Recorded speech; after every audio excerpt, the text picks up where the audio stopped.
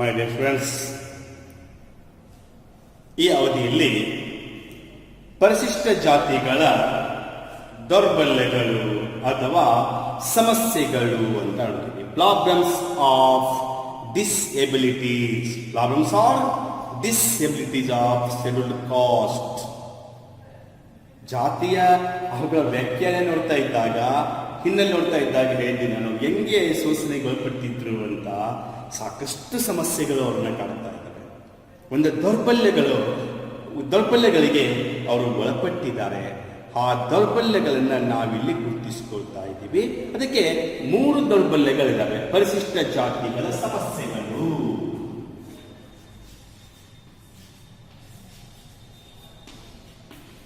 ಪರಿಶಿಷ್ಟ ಜಾತಿಯ ಸಮಸ್ಯೆಗಳು. ಜಾತಿಯ ಲಕ್ಷಣಗಳನ್ನ ಹೇಳುವಾಗಲೇ ಕೂಡ ಸಾಕಷ್ಟು ಸಮಸ್ಯೆಗಳು ಒಬ್ಬಟ್ಟಂತ ವ್ಯಕ್ತಿಗಳು ಯಾರು ಕೆಳ ಜಾತಿಯ ವ್ಯಕ್ತಿಗಳು ಮತ್ತಾರು ಅಲ್ಲ ಅಂತ ಹೇಳಿದ್ದೀನಿ. ಮೇಲ್ಜಾತಿಗಳು ಸೌಲಭ್ಯವನ್ನ ಪಡಿತಾ ಹೋಗಿದ್ರೆ ಕೆಳ ಜಾತಿಗಳು ಆ ದೌರ್ಬಲ್ಯಗಳಿಗೆ ಒಳಪಟ್ಟು ನರಳಿದಂತಹ ಜಾತಿಗಳವು. ಹಾಗಾದ್ರೆ ಈ ಕೆಳ ಜಾತಿ ಅಂತ ಕರೆಸಿಕೊಂಡಂತಹ ಈ ಪರಿಶಿಷ್ಟ ಜಾತಿಗಳು ದೇಶದಾದ್ಯಂತ ವಿಶಾಲವಾಗಿ ಹಬ್ಬ ಹೋಗಿದ್ದಾರೆ. ಎಲ್ಲ ಕಡೆಗೂ ಹೋಗಿದ್ದಾರೆ.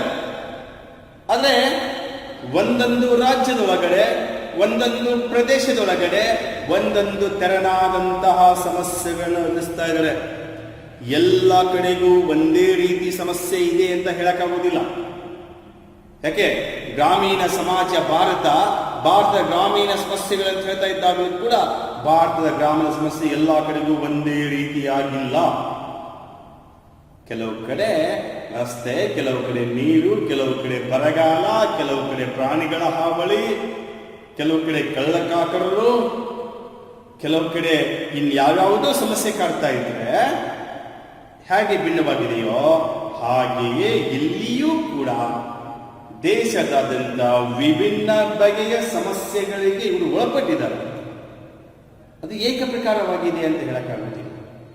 ಆದರೆ ಅಧ್ಯಯನ ದೃಷ್ಟಿಯಿಂದ ನಾವು ಈ ಪರಿಶಿಷ್ಟ ಜಾತಿಗಳು ಎದುರಿಸುವ ದೌರ್ಬಲ್ಯಗಳೇನು, ಸಮಸ್ಯೆಗಳೇನು ಅಂತ ನೋಡ್ತಾ ಹೋದಾಗ, ಒಂದು ಸಾಮಾಜಿಕ ದೌರ್ಬಲ್ಯ, ಸೋಷಿಯಲ್ ಡಿಸ್ಎಬಿಲಿಟೀಸ್, ಇಕನಾಮಿಕ್ ಡಿಸ್ಎಬಿಲಿಟೀಸ್, ಆರ್ಥಿಕ ದೌರ್ಬಲ್ಯಗಳು,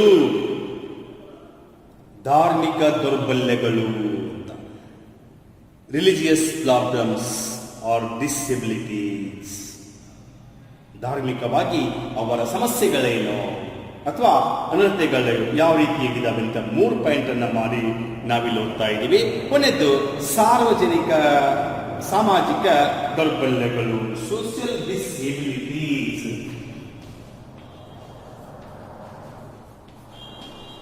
ಸಾಮಾಜಿಕ ಸಮಸ್ಯೆ ಏನೇ ಬರ್ತಾರೆ ಒನ್ ಬೈ ಒನ್ ಬರ್ತಾರೆ. ಸಾಮಾಜಿಕವಾಗಿ ಇಲ್ಲಿ ಇವರು ಎದುರಿಸುವಂತಹ ಸಮಸ್ಯೆಗಳೇನು ಅಂತ ಹೇಳಿದಾಗ, ಈ ಸಾರ್ವಜನಿಕವಾಗಿ ಇರ್ತಕ್ಕಂಥ ಬಾವಿಗಳು ಅಂತ ಇದ್ದಾವೆ.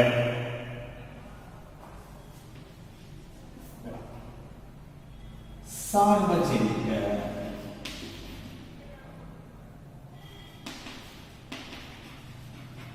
ಬಾವಿಗಳು ಅಂತ ಇದ್ದಾರೆ. ಸಾರ್ವಜನಿಕ ಬಾವಿಗಳು, ರಸ್ತೆಗಳು, ಇವುಗಳಿಗೆ ಪ್ರವೇಶವನ್ನ ನಿರಾಕರಿಸಿರುವುದು ಅಥವಾ ಕೆಲವೇ ಸೀಮಿತ ಅವಕಾಶ ಕೊಟ್ಟಿರೋದು. ಪ್ರವೇಶ ನಿರಾಕರಣೆ ಅಥವಾ ಸೀಮಿತ ಅವಕಾಶ ಅಂತ ಅನ್ಕೋತೀನಿ.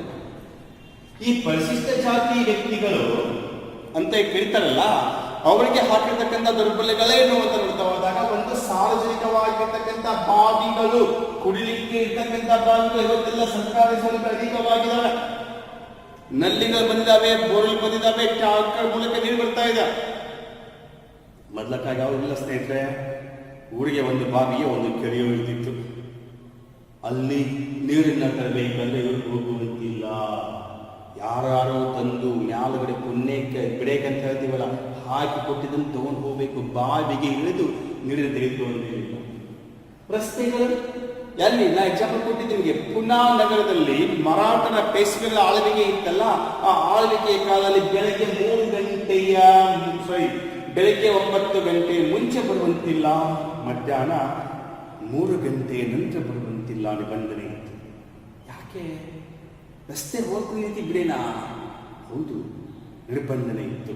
ಯಾಕೆ ಅಂದರೆ ಅವರು ಬರುವಾಗ ಬೆಳಗ್ಗೆ ಸೂರ್ಯ ಓರೆಯಾಗಿದ್ದಾನೆ, ಅವರ ನೆರಳು 9 ಗಂಟೆ ಮುಂಚೆ ಮಾನವನ ಪ್ರತಿಬಿಂಬ ದೂರ ಬೀಳುತ್ತೆ. ಅದು ಮತ್ತೊಬ್ಬರ ಮನೆಗೋಡೆಗೆ ಬಿದ್ದರೆ ಇವ್ರ ಮನೆಗೋಡೆ ಹಾಳಾಗುತ್ತೆ. ಸಾಯಂಕಾಲ ಕೂಡ ಹಾಗೆ. ಇನ್ನು ಇವ್ರು ಬರ್ತಾ ಇದೆ, ಇವರ ಹೆಜ್ಜೆಯನ್ನು ನಾವು ತಿಳಿಬೇಕಾಗುತ್ತೆ. ಇವರು ಅಸ್ಪೃಶ್ಯರು, ಮುಟ್ಟಿಸಿಕೊಳ್ಳಲಿಲ್ಲ, ಪಾಪಿಗಳು ಅಂತ ಹೇಳ್ಕೊಂಡು ಬೆಳ್ಳಿಗೆ ಕೊಂಪೆಯನ್ನು ಕಟ್ಟಿಕೊಂಡು ಬರಬೇಕಾಗಿತ್ತು.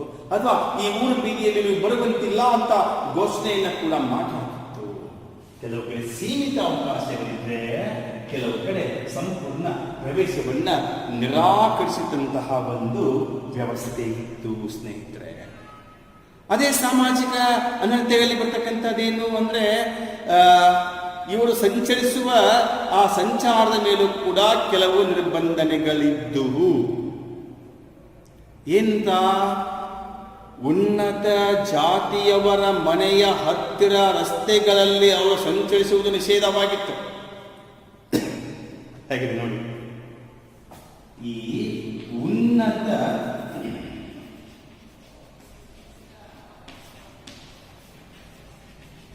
ಜಾತಿಯವರ ಮನೆಯ ಹತ್ತಿರ ಸಂಚರಿಸುವಂತಿಲ್ಲ.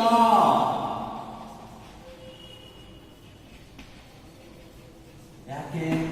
ಇವರಲ್ಲಿ ನಿಂತಾಗ ಇವಳ ಮುಖವನ್ನು ಅವ್ರು ನೋಡಿದ್ರೆ ಇವಳು ಅಮಂಗಲ ಆಗುತ್ತೆ. ಇವಳ ಮುಖ ಅಮಂಗಲಕಾರಕವಾದದ್ದು, ದರ್ಶನ ಮಾಡುವಂತಿಲ್ಲ. ಅಥವಾ ಹೋಗುವಾಗ ಇವ್ರು ಗಿಡ್ಡಿದ್ದು ಏನೇನಿದೆ, ಹೆಜ್ಜೆ ಉಳಿತವೆ, ಆ ಹೆಜ್ಜೆಯಲ್ಲಿ ತಾವು ತುಳಿಬೇಕಾಗತ್ತೆ ಅಂತ ಏನೇನೋ ನಿಬಂಧನೆಗಳನ್ನ ಹಾಕಿದ್ರು. ಸಾಮಾಜಿಕವಾಗಿ ಇರ್ತಕ್ಕಂಥ ನಿಬಂಧನೆಗಳು. ಎರಡನೇದಾಗಿ ಆರ್ಥಿಕ ದೌರ್ಬಲ್ಯಗಳು, ಇಕನಾಮಿಕ್ಸ್ ಡಿಸ್ಎಬಿಲಿಟೀಸ್. ಆರ್ಥಿಕ ದೌರ್ಬಲ್ಯಗಳು, ಇಕನಾಮಿಕ್ ಡಿಸ್ಎಬಿಲಿಟೀಸ್ ಅಂತ ಬರ್ತವೆ. ಏನು? ಸಾಮಾಜಿಕವಾಗಿ ಘನತೆಯನ್ನ ಹೊಂದಿದ ಮತ್ತು ಲಾಭದಾಯಕ ವ್ಯಕ್ತಿಯಿಂದ ಹೊರಗಿಡುವಿಕೆ. ಹಾಗೆ ನೋಡಿ, ಕೊಳಕು ಎಂದು ಭಾವಿಸಲ್ಪಟ್ಟ ದೈಹಿಕ ಶ್ರಮಗಳಿಗೆ ಮಾತ್ರ ಸೀಮಿತಗೊಳಿಸಲಾಗಿತ್ತು. ಕೊಳಕು,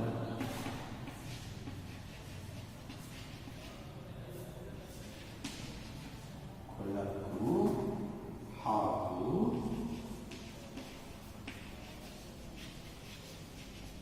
ದೈಹಿಕ ಶ್ರಮಕ್ಕೆ ಮಾತ್ರ ಸೀಮಿತ. ನೆಕ್ಸ್ಟ್ ಸ್ಟೆಪ್ ಏನಿತ್ತು? ಉನ್ನತ ಜಾತಿಯವರ ಮನೆಗಳು ಅಂತ ಏನಿತ್ತು ಅಲ್ಲ, ಅವರ ಮನೆಯಲ್ಲಿ ಅತಿ ಕಡಿಮೆ ಅಥವಾ ಉಚಿತವಾಗಿ ಸೇವೆ ಮಾಡುವುದು.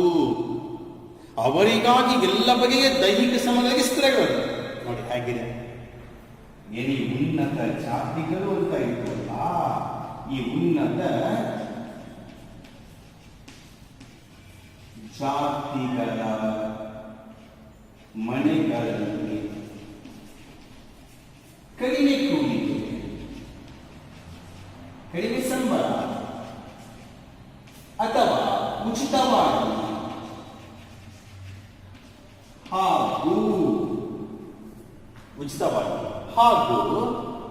ಎಲ್ಲ ಬಗೆಯ ದೈಹಿಕ ಶ್ರಮ.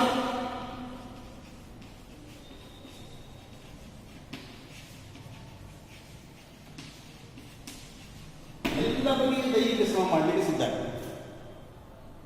ಥರ್ಡ್ ಒನ್ ಏನಾಗಿದೆ ಅಂದ್ರೆ, ಇವರ ಜೀವನ ಕ್ರಮದ ಮೇಲೆ ಕೆಲವೊಂದು ನಿಬಂಧನೆಗಳನ್ನ ವಿಧಿಸಲಾಗಿತ್ತಲ್ಲ. ಎಂತಾವುದು? ಕುದುರೆ ಸವಾರಿಯನ್ನ ಮಾಡುವಂತಿಲ್ಲ.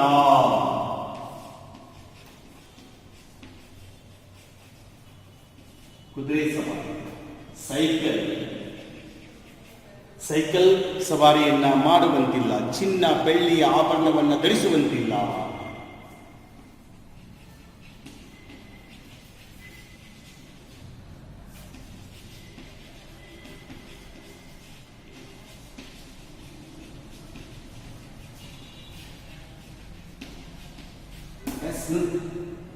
ನಮಗೆ ಹೆಂಗೆಂದು ಬೇಕಾಗಿತ್ತೋ ಹಾಗಾಗಿ, ಹಿಂಗೆ ಅಂತ ಇಲ್ಲ, ತಮಗೆ ಹೆಂಗೆ ಬೇಕು ಹಾಗೆ. ನೋಡಿ, ಮೇಲ್ಜಾತಿಯವರು ಎಂತಾಗಿದ್ರು, ಘನತೆ ಬಂದಿದೆ, ಯಾವುದೇ ಉದ್ಯೋಗ ಇವರು ಮಾಡುವಂತಿಲ್ಲ, ಅಥವಾ ಲಾಭದಾಯಕ ಉದ್ಯೋಗವನ್ನು ಮಾಡುವಂತಿಲ್ಲ. ಏನ್ ಮಾಡಬೇಕಿತ್ತು? ಅತಿ ಕೊಳಕು ಮತ್ತು ಕೀಳು ಎಂದು ಭಾವಿಸಲ್ಪಟ್ಟ ದೈಹಿಕ ಶ್ರಮಗಳಿಗೆ ಪೂರಕವಾದಂತಹ ಉದ್ಯೋಗವನ್ನೇ ಮಾಡಬೇಕು. ಅಂದ್ರೆ ಯಾವುದು? ಕಡಿದೋ, ಹೊಡೆದೋ, ಬಡಿಯೋದೋ, ಎತ್ತಾಕೋದೋ, ಇಷ್ಟೇ. ಬುದ್ಧಿಯನ್ನು ಓಡಿಸುವಂತಿಲ್ಲ, ಆರಾಮಾಗಿರ್ತಕ್ಕಂಥ ಯಾವ ಕೆಲಸ. ಕಟ್ಟಿಗೆ ಹೊಡಿಬೇಕಾಗಿತ್ತು, ಅವರ ಮನೆಗಳಲ್ಲಿ ಸಗಣಿಯನ್ನ ಬೆಳಿಬೇಕಾಗಿತ್ತು, ಹೌದಾ? ಶೌಚಾಲಯ ಕೆಟ್ಟರೆ ಆ ಭಂಗಿ ಕೆಲಸ ಇವರೇ ಮಾಡಬೇಕಾಗಿತ್ತು. ಮನೆಯಲ್ಲಿ ಪ್ರಾಣಿಗಳು ಸತ್ತಾವ, ಪ್ರಾಣಿಗಳನ್ನ ಅವರೇ ಮಾಡಬೇಕು. ಮದುವೆ ಮುಂಚೆ ಬಂದಾಗ ಆ ಹೊರಗಡೆ ಹಂದ್ರವನ್ನು ಹಾಕೋದು, ತೋರಣವನ್ನು ಹಾಕೋದು, ಪಾತ್ರೆ ಪಡೆದು ಮುಸುಳಿನ ಎತ್ತಾಕೋದು, ಬಂದಂತ ಚಪ್ಪಲಿಗಳನ್ನು ಜೋಡಿಸೋದು, ಇಂಥ ಹೀನವಾದ ಕೆಲಸ. ಅದು ದೈಹಿಕ ಶ್ರಮಕ್ಕೆ ಮಾತ್ರ ಸೀಮಿತ, ಬೇರೆ ಯಾವ ಕೆಲಸವನ್ನು ಕೊಟ್ಟಿರಲಿಲ್ಲ. ಸಾರಿಗೆ ಎತ್ತಿಗೆ ಎಳ್ಕೊಂಡು ಹೋಗೋದು, ಹೊತ್ಕೊಂಡು ಬರೋದು, ಇಂಥ ಒಂದು ಕೆಲಸ. ಉನ್ನತ ಜಾತಿಗಳ ಮನೆಯಲ್ಲಿ ಕಡಿಮೆ ಸಂಬಳಕ್ಕಾಗಿ ಅಥವಾ ಉಚಿತವಾಗಿ ದುಡಿಯೋದು ಎಲ್ಲ ಬಗೆಯ ದೈಹಿಕ ಶ್ರಮಕ್ಕೆ ಸಿದ್ಧರಾಗುತ್ತೆ. ನೋಡಿ, ಇಷ್ಟೆಲ್ಲ ಕಡಿಮೆ ಕೆಲಸ ಕೀಳಾದಂತಹ ಕೆಲಸವನ್ನ ಮಾಡಿಸಿಕೊಂಡಿದ್ದರೂ ಸಹ ಇವ್ರೇನ್ ಮಾಡ್ತಾ ಇದ್ರು? ಅವರಿಗೆ ಅತಿ ಕಡಿಮೆ ಸಂಬಳ ಕೊಡ್ತಾ ಇದ್ರು. ನಿಬಂಧನೆ ಅದು. ಇಷ್ಟೇ ತರ ನೋಡಿ, ಈಗ ಉದ್ಯೋಗ ಕೊಡ್ತಾ ನಾನು ಕೊಟ್ಟಿದ್ದೀನಿ ಅಂತ. ಇನ್ನು ಕೆಲವೊಂದು ಪುಣ್ಯಾತ್ಮರು ಬಿಡ್ಡಿಯಾಗಿ ತಿಳಿಸಿಕೊಂಡು ಒಂದು ಚಾರ ಚೂರ ನಿನ್ನೆ ಅಲಸಿದಂತ ಅನ್ನನೋ ಮತ್ತೇನೋ ಕೊಟ್ಟು ಇಲ್ಲ ಅವಾಜು ಮಾಡ್ತಕ್ಕಂಥದ್ದು. ಎಷ್ಟು ವಿಕೃತವಾದ ಒಂದು ಪದ ಬೆಳೆಸಿದ್ದಾರೆ ಇಲ್ಲ ಅಂದ್ರೆ, ಅವರಿಗಾಗಿ ಎಲ್ಲ ಬಗೆಯ ದೈಹಿಕ ಶ್ರಮಕ್ಕೆ ಸಿದ್ಧರಾಗಬೇಕು. ಇಮ್ಯಾಜಿನ್ ಮಾಡ್ಕೊಂಡು, ಇದೊಂದೇ ಅಂತ ಪ್ರಾಣ ಕೊಡಲು ಸಿದ್ಧ ಆಗಬೇಕು. ಅವರಿಗೆ ವೈಯಕ್ತಿಕ ಬದುಕನ್ನೋದೇ ಇಲ್ಲ. ಅವರಿಗೆ ಅನಾರೋಗ್ಯ ಬಂದಿದೆ, ಮಾನಸಿಕವಾಗಿ ತಲ್ಲಲ್ಕೊಂಡಿದ್ದಾರೆ, ದೈಹಿಕ ಸ್ಥಿತಿಯಲ್ಲಿದ್ದಾರೆ, ಇಲ್ಲ, ಎಲ್ಲ ಬಗೆಯ ದೈಹಿಕ ಶ್ರಮಕ್ಕೆ ಸಿದ್ಧ ಆಗಿರ್ತಕ್ಕಂಥ ಹೀನವಾದಂತಹ ಒಂದು ಅತಿ ಕಠಿಣವಾಗಿ ಪರಿಸ್ಥಿತಿ. ಕುದುರೆ ಸವಾರಿ, ಸೈಕಲ್ ಸವಾರಿ, ಚಿನ್ನ ಬೆಳ್ಳಿಯ ಆಭರಣಗಳು, ಹೊಸ ಬಟ್ಟೆಗಳೆಲ್ಲ ಕೂಡ ನೋಡಿ ಹಾಗೆ ಫಾಸ್ಟ್ ಹೋಗ್ಬಿಡ್ತಾರೆ. ಕುದುರೆ ಸವಾರಿ, ಕುದುರೆ ಜೊತೆ ಹೋದ್ರೆ ಫಾಸ್ಟ್ ಆಗಿಬಿಡ್ತಾರೆ. ಅದು ಸಾರಿಗೆ ಇಲ್ಲ, ನಿಧಾನಕ್ಕೆ ಇರಬೇಕು ಅವರು. ಸೈಕಲ್ ಅನ್ನು ಬಳಸುವಂತಿಲ್ಲ ಅದೇ ಕಾರಣಕ್ಕೆ. ಚಿನ್ನಾಭರಣಗಳು ಕೇವಲ ಶ್ರೀಮಂತರ ಸೊತ್ತು, ಮೇಲ್ಜಾತಿಗಳ ಸೊತ್ತದು, ಕೆಳಜಾತಿಯವರಿಗೆ ಯಾವುದು ಕೂಡ ಇಲ್ಲ ಅಂತಕ್ಕಂಥ ನಿಬಂಧನೆಗಳನ್ನ ಹಾಕಿದೆ. ಹೇಳ್ತಾರೆ, ಆಕಳ ಹಾಲನ್ನು ಹಿಂಡುವಂತಿರಲಿಲ್ಲ ಅಂತೆ. ವಿವಾಹದಲ್ಲಿ ಮದುವೆ ಮಾಡತಕ್ಕ ಸಂದರ್ಭದಲ್ಲಿ ಏನಪ್ಪಾ ಅಂತಂದ್ರೆ ಚಾಮರಗಳನ್ನ ಬೀಸುವಂತಿಲ್ಲ, ಮೆರವಣಿಗೆಯನ್ನು ತೆಗೆಯುವಂತಿಲ್ಲ, ಆಕಳ ಹಾಲನ್ನ ಹಿಂಡುವಂತಿಲ್ಲ, ಹೊಸ ಉಡುಪುಗಳನ್ನ ಧರಿಸುವಂತಿಲ್ಲ. ಸತ್ತ ಶವದ ಮೇಲಿನ ಉಡುಪುಗಳೇ ಇವರು ಉಡುಪುಗಳಾಗಿದ್ದವು ಅಂದ್ರೆ ಕಲ್ಪಿಸಿಕೊಳ್ಳೆ ಹೇಗಿರಬಹುದು. ಇದಾದ್ಮೇಲೆ ಇನ್ನೊಂದು ನಿಬಂಧನೆ ಇದೆ, ಅದು ಧಾರ್ಮಿಕ ದೌರ್ಬಲ್ಯಗಳು, ರಿಲಿಜಿಯಸ್ ಡಿಸೆಬಿಲಿಟೀಸ್. ಇಲ್ಲಿ ಧಾರ್ಮಿಕ ದೌರ್ಬಲ್ಯಗಳು ಅಂತ ಬಂದಾಗ ಇಲ್ಲಿ ಆಗಲೇ ಹೇಳಿದ ನಿಮಗೆ ಧಾರ್ಮಿಕ ಸಮಸ್ಯೆಯಲ್ಲಿ, ದೌರ್ಬಲ್ಯಲ್ಲಿ ಎಲ್ಲವೂ ಇದೆ. ಧಾರ್ಮಿಕ ಸೌಲಭ್ಯಗಳು ಏನೇನು ಬರ್ತವೆ? ಧಾರ್ಮಿಕ ಸೌಲಭ್ಯಗಳು, ಸಮಸ್ಯೆಗಳು ಅಂತ ಅಂದಾಗ ಮೊದಲೇ ಇಷ್ಟೆಲ್ಲ ನಿಬಂಧನೆಗಳು ಪಟ್ಟಂತ ವ್ಯಕ್ತಿಗಳು. ಯಾಕನಕ್ಕೆ? ಇವರು ಅಂತ್ಯಜರು, ಅತಿ ಶುದ್ಧರು, ಚಾಂಡಾಲರು ಅಂತ ಕರೆದಿರಲ್ಲ. ಪಾಪ ಮಾಡಿದವರಿವರು, ಅಸ್ಪೃಶ್ಯರಿವರು, ಹೌದಾ? ಇವರು ದೇವಾಲಯಗಳನ್ನ ಪ್ರವೇಶ ಮಾಡುವಂತಿಲ್ಲ, ಮಠಮಾನ್ಯಗಳನ್ನ ಪ್ರವೇಶ ಮಾಡುವಂತಿಲ್ಲ, ಅಥವಾ ಇನ್ನುಳಿದ ಯಾವುದೇ ಧಾರ್ಮಿಕ ಸ್ಥಳಗಳು ಅಂತ ನೀವೇನು ಮಾಡ್ಕೊಂಡಿದ್ರಲ್ಲ ಮೇಲ್ಜಾತಿ ವ್ಯಕ್ತಿಗಳು, ಅಲ್ಲಿ ಪ್ರವೇಶವನ್ನ ಸಂಪೂರ್ಣವಾಗಿ ನಿರಾಕರಿಸಲಾಗಿತ್ತು. ಒಂದು ವೇಳೆ ಅಪ್ಪಿ ತಪ್ಪಿ ಅಲ್ಲಿ ಪ್ರವೇಶವನ್ನ ಮಾಡಿದ್ದಾಗಿದ್ರೆ ಅದು ದೇವಸ್ಥಾನವೋ ಮಠಮಾನ್ಯವೋ ಇನ್ನಾವುದೋ ಪವಿತ್ರ ಸ್ಥಳ ಅಂತ ಆಗಿದ್ರೆ ಆ ಸ್ಥಳಗಳು ಅಪವಿತ್ರವಾಗಿದ್ದಾವೆ ಅಂತ ತಿಳ್ಕೊಂಡು ಅವುಗಳನ್ನ ಏನ್ ಮಾಡ್ತಾ ಇದ್ರು ಅಂದ್ರೆ ಪರಿಶುದ್ಧಗೊಳಿಸ್ತಕ್ಕಂಥ ಕಾರ್ಯವನ್ನ ಮಾಡ್ತಕ್ಕಂಥ ಗೋಮೂತ್ರ ಸಿಂಪಡಿಸೋದೋ ಇನ್ಯಾವುದೋ ಹೋಮ ಮಾಡ್ತಕ್ಕಂಥದ್ದೋ ತೊಳಿತಕ್ಕಂಥ ಏನೋ ಕಾರ್ಯ ಮಾಡ್ತಾರೆ. ಇನ್ನು ಏನು ಪವಿತ್ರ ಗ್ರಂಥ ವೇದ ಉಪನಿಷತ್ತು ಮಹಾಕಾವ್ಯಗಳು ಅಂತ ಅನ್ಕೊಂಡಿದ್ದೀವಲ್ಲ ಅವುಗಳನ್ನ ಓದುವಂತಿಲ್ಲ. ಅವುಗಳನ್ನ ಓದುವಂತಿಲ್ಲ. ಯಾಕೆ ಇವರು ಜಾಣರಾಗಿರ್ತಾರೆ? ವೇದಗಳನ್ನ ಓದುವಂತಿಲ್ಲ, ಕದ್ದು ಕೇಳುವಂತಿಲ್ಲ, ಅಪ್ಪಿ ತಪ್ಪಿ ಪಠಣವನ್ನ ಮಾಡುವಂತಿಲ್ಲ. ಮಾಡಿದ್ರೆ ಏನಾಗಿತ್ತು ಅನ್ನುವ ಕೆಲವು ಉಲ್ಲೇಖ ಕೊಟ್ಟಿದ್ದಾರೆ ಕೆಲವು ಜನ. ಯಾವನೊಬ್ಬ ಅಸ್ಪೃಶ್ಯ ಈ ಕೆಳಜಾತಿ ವ್ಯಕ್ತಿ, ಪರಿಶಿಷ್ಟ ಜಾತಿಯ ವ್ಯಕ್ತಿ ಆ ವೇದವನ್ನ ಕದ್ದು ಓದಿದ್ದ ಅಂದ್ರೆ ಆತನ ಕಣ್ಣನ್ನ ಕಿದ್ಬಿಡ್ತಾ ಇತ್ತು. ಕಾದ ಕಬ್ಬಿಣ ಕಿವಿಯಲ್ಲಿ ಅಕಸ್ಮಾತ್ ಕೇಳಿಸ್ಕೊಂಡಿದ್ದ, ಏನೋ ಮಾತಾಡ್ತಾ ಇದ್ದಾಗ ಆ ಮಂತ್ರ ಪಠ ಮಾಡ್ತಾ ಇದ್ದ ಕೇಳಿಸ್ಕೊಂಡ ಕಿವಿಯಲ್ಲಿ ಕಾಯಿಸಿದ ಕಬ್ಬಿಣ ಸವನ್ನು ಹಾಕ್ತಿದ್ರು. ಇನ್ನು ಯಾವಾಗ ಉಚ್ಚಾರ ಮಾಡಿಬಿಟ್ಟಿದ್ದ ಅಂತಂದ್ರೆ, ಮಂತ್ರ ಪಠಣ ಮಾಡಿಬಿಟ್ಟಿದ್ದ ಅಂದ್ರೆ ನಾಲಿಗೆಯನ್ನ ಕತ್ತರಿಸ್ತಾ ಇದ್ರು. ಇಂತಹ ಒಂದು ಹೀನ ಬಗೆಯಾದಂತಹ ಅತಿ ಕಠಿಣವಾದಂತಹ ಜೀವನವನ್ನ ಅವತ್ತು ಹಾಕಿದ್ರು. ಅಸ್ಪೃಶ್ಯ ಇಷ್ಟೆಲ್ಲ ಒಂದು ವ್ಯವಸ್ಥೆ ಇದ್ದಾಗಲೂ ಕೂಡ ಇಲ್ಲ ಆನ್ಲೈನ್ ಮೆಕ್ಕೆ ಕೊಟ್ಟಿದ್ದೀನಿ ಅವ್ರ ಕಲ್ಪಿನಲ್ಲಿ ನಾನು ಡೇನ್ ಮುಜಮ್ದಾರ್ ಹೇಳ್ತಾನೆ. ಅಸ್ಪೃಶ್ಯರ ಸ್ಥಾನಮಾನ ಭಾರತದಂತ ಏಕ ಪ್ರಕಾರವಾಗಿರಲಿಲ್ಲ. ಪ್ರತಿಯೊಂದು ಪ್ರದೇಶದಲ್ಲಿ ಅಸ್ಪೃಶ್ಯರಿಗಾಗಿ ಏನಪ್ಪಾ ಅಂದ್ರೆ ಕೆಲವೊಂದು ಸಮಸ್ಯೆಗಳಿದ್ದವು. ಸಂಖ್ಯಾತ್ಮಕವಾಗಿ ಅಲ್ಪವಾಗಿದ್ದಾಗ ಅವರ ಮೇಲೆ ಕೆಲವು ನಿಬಂಧನೆಗಳು ಅತಿಯಾಗುತ್ತಾ ಇದ್ದವು. ಹೆಚ್ಚಿನ ಸಂಖ್ಯೆ ಇದ್ದಾಗ ಮಡಿಮೈಲಿಗೆಗೆ ಸೀಮಿತವಾಗಿರ್ತಾ ಇತ್ತು. ಅಸ್ಪೃಶ್ಯ ವರ್ಗಕ್ಕೆ ಸೇರಿದವರು ಕೂಡ ಮೇಲ್ಜಾತಿಯವರ ಸಿರಿವಂತಿಕೆಯ ಗಳಿಕೆಯ ಜೀವನದಲ್ಲಿ ಯಶಸ್ವಿಯಾದವರು ಮತ್ತು ಆಸ್ತಿಪಾಸ್ತಿ ಹೊಂದಿದ ಉನ್ನತ ಜನರ ಅಂತಸ್ತನ್ನು ಪಡೆದವರು ಇದ್ದಾರೆ. ಇವರು ಹೇಳ್ತಾರೆ ಎಲ್ಲ ಕಡೆಗೂ ಈ ಹೇಳಿದ ಎಲ್ಲ ಕಡೆಗೂ ಈ ಸಮಸ್ಯೆಗಳು ಹಿಂಗೆ ಇರಲಿಲ್ಲ. ಕೆಲವು ಕಡೆ ಭಿನ್ನ ಭಿನ್ನವಾಗಿದ್ದು ಒಂದು ಪ್ರದೇಶದಲ್ಲಿ ಅವರು ಅಲ್ಪಸಂಖ್ಯಾತವಾಗಿದ್ರೆ ಅವ್ರ ಮೇಲೆ ಅತಿ ನಿಬಂಧನೆಗಳಿದ್ದವು. ಸಂಖ್ಯಾತ್ಮಕವಾಗಿ ಜಾಸ್ತಿ ಇದ್ರೆ ಅಂಥ ನಿಬಂಧನೆಗಳು ಹಾಕದೆ ಸ್ವಲ್ಪ ಮಡಿಮೇಲಿಗೆ ಇತ್ತು. ಇಷ್ಟೆಲ್ಲ ಆಗ್ತಾ ಹೋದಾಗ ಸಂಖ್ಯೆ ಇನ್ನೂ ಜಾಸ್ತಿ ಆಗಿತ್ತು. ಅಂದ್ರೆ ಅಲ್ಲೇನಾಗಿತ್ತು, ಅವರು ಕೂಡ ಆಸ್ತಿ ಪಾಸ್ತಿಯನ್ನು ಹೊಂದಿದ್ರು, ಉನ್ನತವಾದಂತಹ ಸ್ಥಾನಮಾನ ಶ್ರೀಮಂತಿಕೆಯ ಜೀವನವನ್ನು ನಡೆಸ್ತಾ ಇದ್ರು ಅಂತ ಹೇಳ್ತಾರೆ. ಅದೆಲ್ಲ ಇನ್ನಿರಬಹುದು. ಒಂದು ಕಾಲಕ್ಕೆ ಭಾರತದಲ್ಲಿ ಈ ಪರಿಶಿಷ್ಟ ಜಾತಿಗಳವರು ಎದುರಿಸಿದ ಸಮಸ್ಯೆಗಳು ವಿಪರೀತವಾಗಿದ್ದಾವೆ ಸ್ನೇಹಿತರೆ. ಓಕೆ, ಇವತ್ತು ಸಂವಿಧಾನ ಅವರಿಗೆ ಸವಲತ್ತುಗಳನ್ನು ನೀಡಿದೆ, ಸರ್ಕಾರ ಸವಲತ್ತುಗಳನ್ನು ಕೊಟ್ಟಿದೆ. ಇವತ್ತು ನಮ್ಗೆ ಯಾರಿಗೂ ಕೂಡ ಆ ಸಮಸ್ಯೆಗಳು ಅಷ್ಟಾಗಿ ಕಂಡು ಬರ್ತಾ ಇಲ್ಲ. ಅಲ್ಲಲ್ಲಿ ತೆರೆಮರೆಗೆ ಹಿನ್ನಡೆಯುತ್ತೆ ಅತಿ ಕುಗ್ರಾಮಗಳು ಅಂತ ಹೇಳ್ತೀವಿ. ಅದಕ್ಕೆ ಅಂಬೇಡ್ಕರ್ ಮಾಡ್ತಿರ್ತಾರೆ, ಗ್ರಾಮಗಳೆಂದರೆ ಜಾತಿಯ ಬೆಲೆಗಳಲ್ಲದೆ ಮತ್ತೇನು. ಎಷ್ಟಿದೆಯಲ್ಲ, ಗ್ರಾಮಗಳೆಂದರೆ ಜಾತಿಯ ಬೆಲೆಗಳಲ್ಲದೆ ಮತ್ತೇನು. ಅಲ್ಲಲ್ಲಿ ಜಾತಿ ತಂದು ತುಂಬಿಕೊಂಡಿದೆ. ಇಲ್ಲಿ ಹೆಂಗೆ ಅಲ್ಲಲ್ಲಿ ಗೊತ್ತಿದೆಯೋ ಗ್ರಾಮ ನಾವು ಬಿಟ್ಟು ಏನೂ ಇಲ್ಲ, ಜಾತಿ ಬಿಟ್ಟು ಅಂತ ಹೇಳ್ತಾರೆ.